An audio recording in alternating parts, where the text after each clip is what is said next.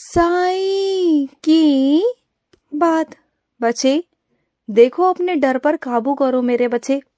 जब तक तुम अपने डर पर काबू नहीं कर लेते ना, तब तक तुम डरते रहोगे, जिंदगी भर डरते रहोगे।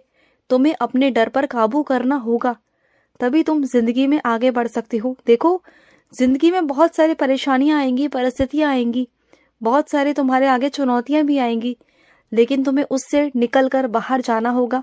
और वो तुम तभी निकल सकते हो जब तुम अपने डर पर काबू कर लो। देखो, इस दुनिया में ना कोई भी चीज नामुमकिन नहीं है कि तुम नहीं कर सकते हो। हर एक चीज को तुम पार कर सकते हो। हर एक चीज को अगर तुम चाहो तो सब कुछ प्राप्त कर सकते हो। सब कुछ मेरे बच्चे, तुम सब कुछ कर सकती हो। ये मैं तुमसे कहता हूँ, सुन रहे हो ना मेरी बात को? तुमसे कह रहा हूँ कि तुम सब कुछ कर सकते हो, सब कुछ। और सुनो, आजकल ना तुम अपने शरीर से बहुत ज्यादा काम लेते हो, बहुत ज्यादा। थोड़ा कम काम लिया करो मेरे बच्चे। शरीर है, कोई मशीन थोड़ी ना है कि उसे तुम बिल्कुल आराम नहीं देते हो। भागा दौड़ी, इधर भागना उधर भागना, काम पर जाना, घर आना, घर का काम, मेरा काम, सेवा। हाँ, इतना मत अपने शरीर को जोर दिया करो। जितना हो रहा है ठीक है, जितना नहीं हो पा रहा कोई बात नहीं। अगर मैं अपनी सेवा की बात करूं तो कोई बात नहीं मेरे बच्चे। अगर कभी तुम नहीं कर पाए तो कोई बात नहीं। मत किया करो ऐसा, अपने आप को परेशान, अपने शरीर को परेशान, कि अपने शरीर को तंग कर कर, परेशान कर कर तुम मेरी सेवा करो, तो ये मुझे बिल्कुल पसंद नहीं आएगा। मत करो, बिल्कुल भी मत करो। और सुनो, तुमने कभी अपने साईं के पाँव देखे हैं? सूजे पड़े हैं मेरे पैर। देखो मेरे पैरों को। तुम जानते हो, तुम्हारे पैरों का सारा दर्द, सारा थकावट वो मैंने अपने ऊपर ले ली है। कभी अपने साईं को देखना, तुम्हारे साईं के पाँव ना बहुत सूजे पड़े हैं, और तुम्हारे साईं का शरीर बिल्कुल ढीला पड़ चुका है, थकावट वाला हो चुका है, बीमार सा हो चुका है।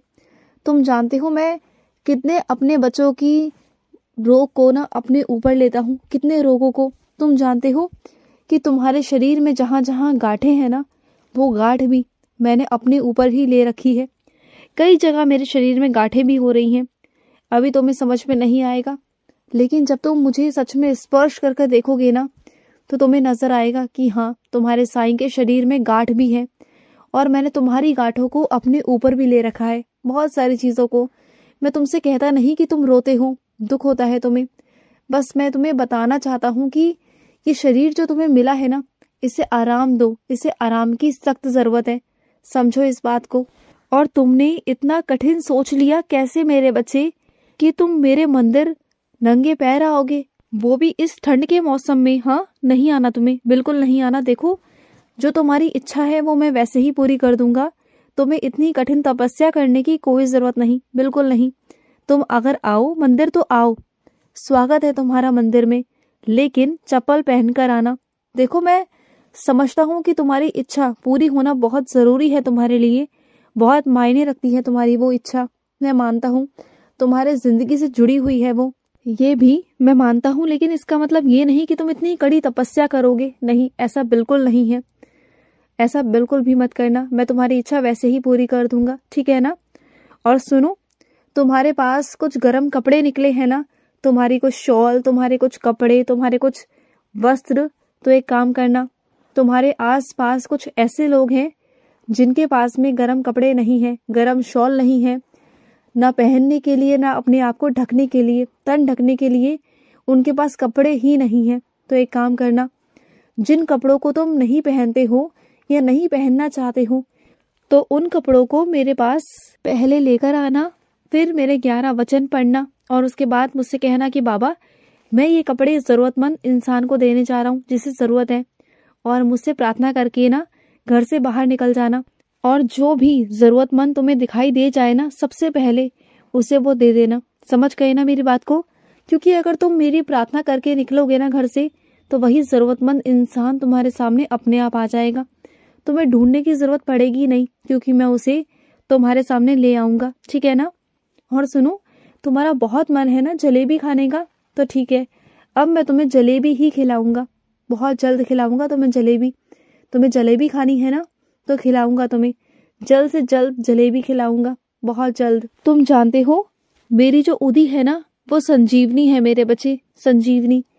जो कोई काम तुम्हारी औषधि नहीं कर सकती, जो दवाइयाँ नहीं कर सकती ना, वो मेरी उदी कर सकती है। मेरी उदी में वो ताकत है, वो शक्ति है जो ना होते हुए भी हो जाता है मेरे बच्चे। अगर पूरी विश्वास के साथ में अगर मेरी उदी का सेवन किया जाए ना, तो हर बीमारी का इलाज है मेरी उदी, हर बीमारी का। मेरी उदी संजीवनी है। और एक काम तुमसे कहूँ, अगर किसी भी मेरे बच्चे को उदी की जरूरत पड़े ना, तो उसकी मदद करना, उसे उदी प्रसाद के रूप में देना। जैसे मैं शिरडी में देता था और आज भी देता हूँ, तो वैसे ही तुम्हें भी आज यही काम करना होगा।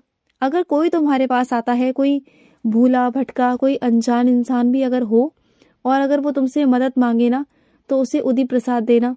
उदी का प्रसाद दे दिया करो और कंजूसी मत किया करो। देखो, तुम मेरे उदी प्रसाद को जितने दिल से, सच्चे दिल से बांटोगे ना, उतना तुम्हारे पास उदी प्रसाद आएगा। उदी प्रसाद की कभी कमी नहीं होगी तुम्हें, कभी भी। ये मेरा वादा है तुमसे। लेकिन बस जिसकी भी मदद करना सच्चे दिल से, सच्चे मन से करना, फिर देखना तुम्हें कभी कमी नहीं आएगी, कभी भी। तुम पर मेरा आशीर्वाद है, बहुत सारा आशीर्वाद। और मैं तुमसे वादा करता हूँ कि उदी तुम्हारे पास पहले से पहले पहुंच जाएगी। कभी कम नहीं पड़ने दूंगा तुम्हें, कभी भी नहीं। याद रखना, तुम्हारे बाबा का वादा है ये।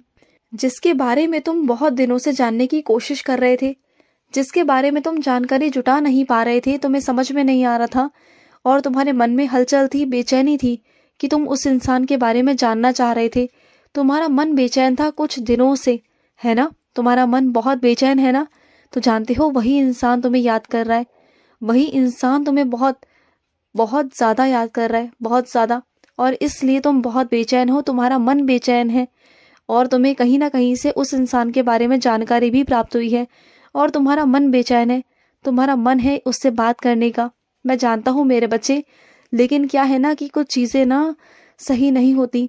जिन चीजों से निकलकर तुम बहुत आगे आ चुके हो ना, अब उन चीजों में वापस जाओगे ना, तो खुद को तकलीफ ही दोगे। तो बेहतर है कि उन चीजों से अपना दिमाग हटाओ और आगे बढ़ जाओ। और एक बात और है, अगर वो सामने से तुमसे बात करने की कोशिश करे, तुमसे संपर्क करने की कोशिश करे, तब तुम बात कर सकते हो, लेकिन अपनी तरफ से तुम नहीं करोगे। इस बार तो तुम नहीं करोगे, क्योंकि इस बार तुम्हारे आत्मसम्मान की बात थी। समझ गए ना मेरी बात को? जहां वो रिश्ता खत्म हुआ था, वो रिश्ता तुम्हारे आत्मसम्मान पर आकर खत्म हुआ था। और इसलिए मैं चाहता हूँ कि तुम्हारे आत्मसम्मान की रक्षा हुई थी और आज भी हो। मैं नहीं चाहता कि तुम अपने आत्मसम्मान को कुचल कर आगे बढ़ो। मैं नहीं चाहता, मैं बिल्कुल भी नहीं चाहता। और मेरी कुछ बच्चियों को साड़ी पहनने का बहुत शौक है, लेकिन वो साड़ी पहनती नहीं। उन्हें मन है कि वो साड़ी पहने और साड़ी मंगवाए, तो मंगवा लो ना। तुम्हारा अगर मन है साड़ी पहनने का तो मंगवा लो, कोई बात नहीं। तुम जैसी साड़ी चाहते हो, मैं वैसी ही साड़ी तुम्हारे सामने लाकर रख दूंगा और तुम्हारे घर पर आ जाएगी, तुम्हें पहननी होगी। तुम्हारा मन है ना? तो ठीक है, मैं तुम्हें इस बार साड़ी ही दिलवाऊंगा, चिंता बिल्कुल भी मत करना। तुम साड़ी पहनते हो ना तो बहुत सुंदर लगते हो, पता है तुम्हें। और जब तुम श्रृंगार करती हो ना, तो तुम बहुत खूबसूरत लगती हो मेरी बच्ची, बहुत खूबसूरत। और कुछ मेरे बच्चे तो इतने मेरे आदी हैं, इतने आदी हैं कि वो मेरी उदी का टीका लगाए बिना घर से कदम बाहर भी नहीं निकालते। अगर उनसे कोई कहे ना कि बाहर जाओ, तो सबसे पहले उदी का टीका लगाते हैं और उसी के बाद बाहर जाते हैं। और उदी टीके से तुम्हारी बहुत रक्षा भी होती है, जानते हो? तुम नहीं जानते, लेकिन उदी से तुम्हारी बहुत रक्षा होती है मेरे बच्चे। खुश रहो। आज का साई संदेश समाप्त हुआ।